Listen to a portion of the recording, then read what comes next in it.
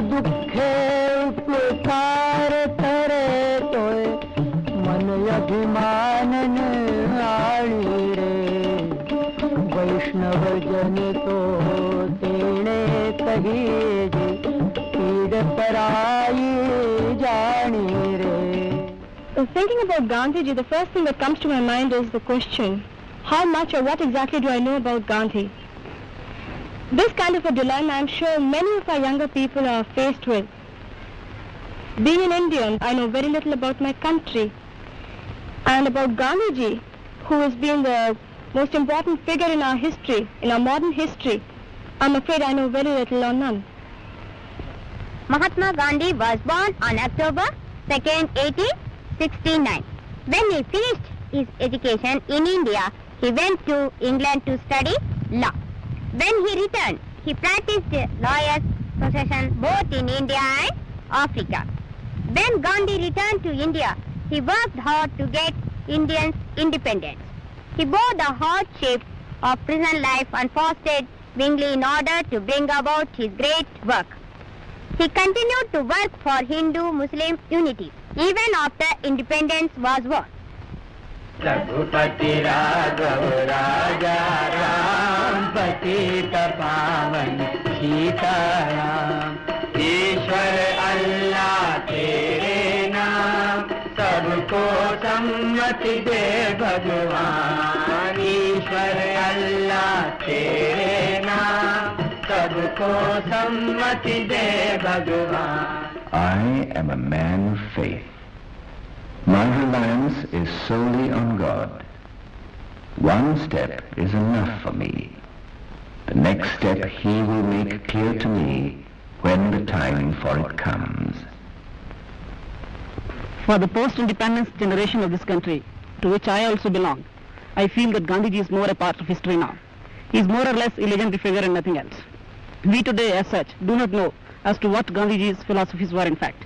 And the way we are seeing the elders of the nation today, practicing Gandhism in the form of fasts, hunger strikes and all that. We, the youth of the country, are today shocked that if this is what Gandhiji was teaching to them, well, Gandhism has no relevance for us today. The present youth has grown without the presence of Mahatma Gandhi, and unfortunately his ideas have not come down to us in a proper fashion, and he still remains a distant figure for us, more to be adored than to be followed. I should like to say that there are so many politicians who don't actually live up to the Gandhian principles. In spite of the fact that they go about wearing a Gandhi cap and khaki clothes, in their heart of hearts they don't really believe that those principles are applicable, neither do they practice them.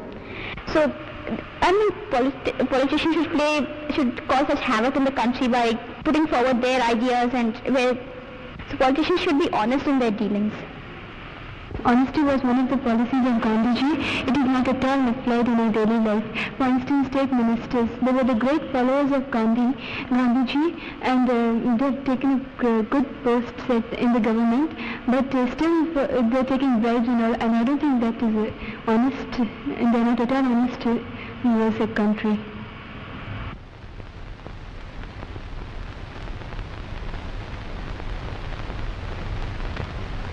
As Gandhiji is presented to us by the so-called Gandhians, I don't think he appeals to us very much, because they are trying to sort of deify him, make him a little god.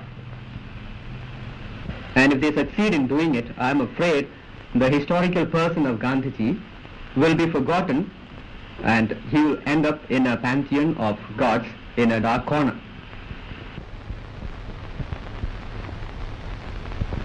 Service can have no meaning unless one takes pleasure in it.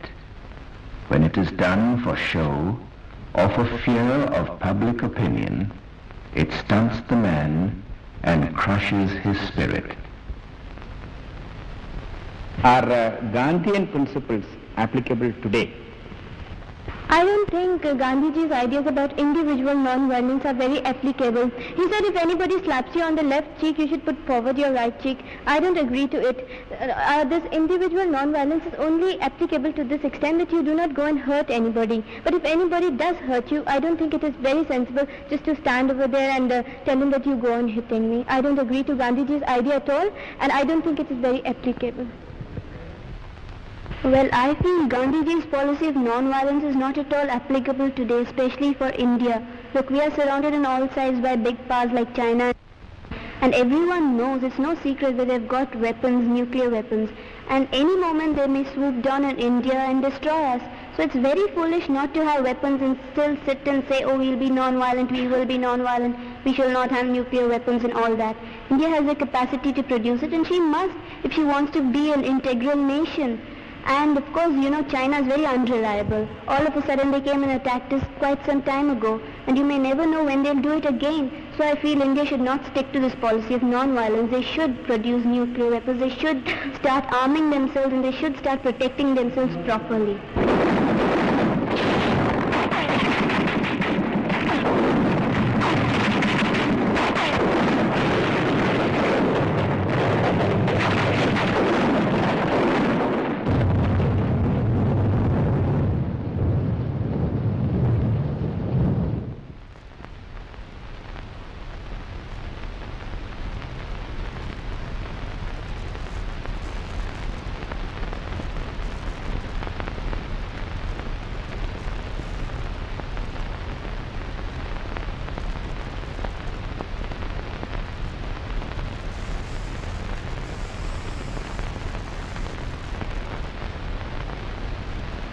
I am an uncompromising opponent of violent methods, even to serve the noblest of causes.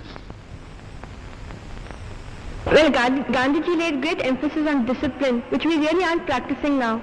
Take, for example, the student unrest. It has really caused a great havoc in the country. And actually, you know, this is a time when we really ought to be disciplined, because only now we can really make a good progress.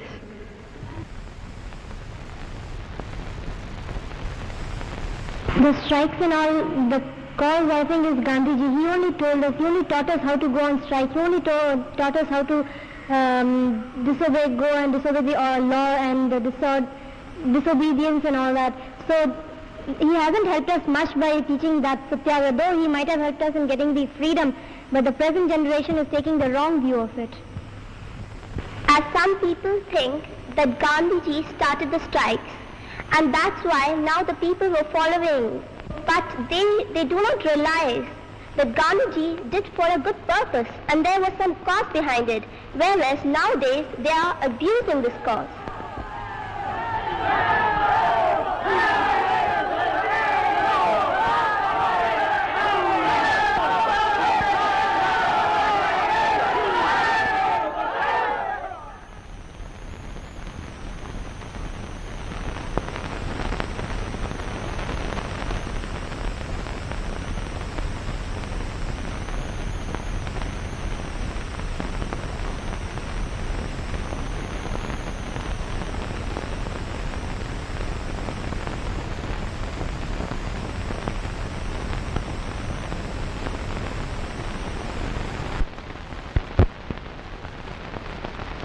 Nowadays you see all this agitation for nothing. It's just for selfish cause of politicians and so-called leaders.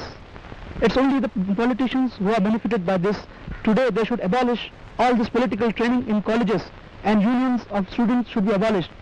Students should be left alone for studies alone.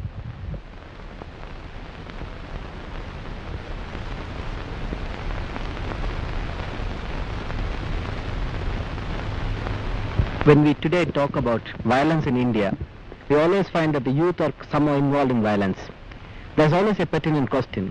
How far can we ask these youth or control the youth and make them to divert their energy to more constructive purposes? For me, I believe that Gandhi has probably an answer to it.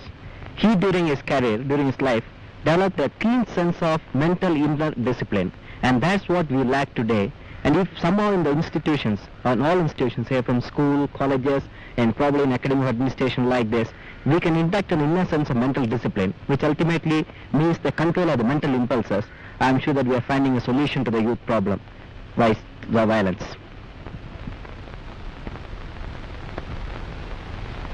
If we are to reach real peace in this world, we shall have to begin with children. I believe in Gandhiji's teaching because first of all, he was reverent to God, and I as a scout believe in God and respect God. Gandhiji served his country, and I also serve my country, and I want to serve even. And Gandhi used to help other people, and I as a scout try and help other people at all times. Gandhiji always believed in the brotherhood of man, and in scouting also we do the same thing, and there is no system of caste. We treat everybody equally. I joined guiding because I wanted to follow the principles of it. The principles of guiding are based on the law and promise, and the promise is such.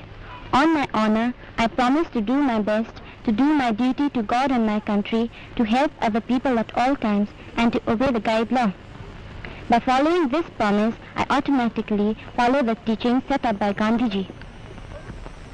When a guide promises that she will do her best on her honor, she means that she will be truthful and trusted by others. This is also what Gandhiji meant. We are all the members of the Rovers group known as the Hyderabad East Rovers group. We have been doing lots of social service since the past 5 years, and our service secretary will tell you more about it. I feel that it's one thing to talk about social service here and to go and do social service in practice. For example, we have to convince the villagers that what we are doing in the villages is for their own good. That is, I think, one of the insurmountable difficulties. नर नारी गांव संघ में शामिल नहीं होते जो 21 साल से कम उम्र के हैं, पागल या भारत के नागरिक नहीं हैं। गांव सभा अपने में से कुछ आदमियों की एक कमेटी चुनती है जिसे गांव पंचायत कहते हैं। ये काय की तस्वीर है? हल। जिस चीज की ये तस्वीर बनी है उसी चीज का नाम नीचे लिखा है। ये नीचे लिखा है हल।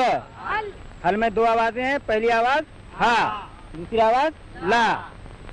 ये क्या लिखा है? हमारी आजादी के बाद जो बच्चे पैदा हुए वे आज गांव के नवयुवक गांधी जी के बारे में जानना चाहते हैं। यह बात शहर के नवयुवकों के लिए कुछ हद तक सच नहीं हो सकती। सरल गांधी साहित्य की नवयुवक साक्षरों में काफी मांग है।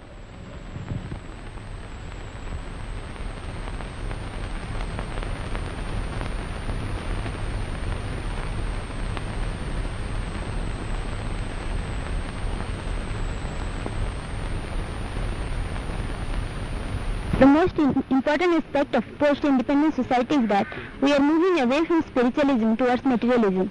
And Gandhi's ideal of self-sacrifice is no more there. People trying to indulge in luxury than self-sacrifice.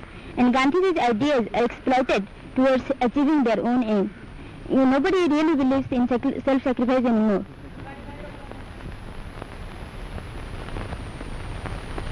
Gandhiji was more or less a spiritualist, a believer in spiritual values.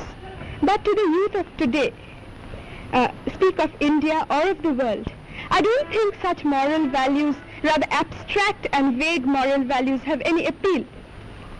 By youth, I don't mean youth studying in universities, in colleges and universities. I mean that section of the people. I mean a youth who are in the rural areas, who don't even get a square meal a day, because that's the majority of youth in India. What does spiritual values like truth and non-violence mean to them? I admit that the strong will rob the weak, and that it is a sin to be weak.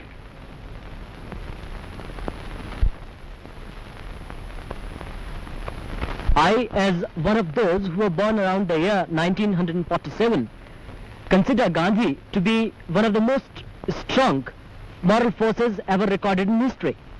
I, for one, differ from him on his views on industrialization, economic system, and his style of political activity. If the 7 lakhs of the villages of India were to be kept alive, and if peace, that is at the root of all civilization, is to be achieved, we have to make the spinning wheel the center of all handicrafts.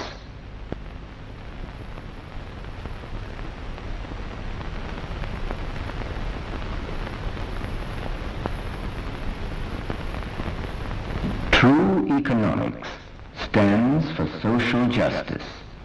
It promotes the good of all. Machinery has its place.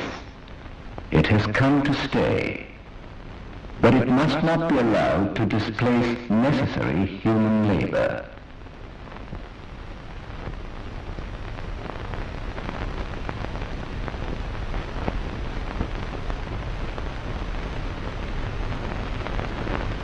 We like to look at Gandhiji as a historical person, a human being just like any one of us, who shared our weaknesses, who made mistakes, but at the same time he rose up above the ordinary level through self-sacrifice, through discipline, and a great love and devotion to freedom. The virtue of an ideal consists in its boundlessness. मन लागो मुरा यार फकीरी में मन लागो मुरा यार फकीरी में मन लागो मुरा यार फकीरी में मन लागो मुरा यार फकीरी में मन लागो मुरा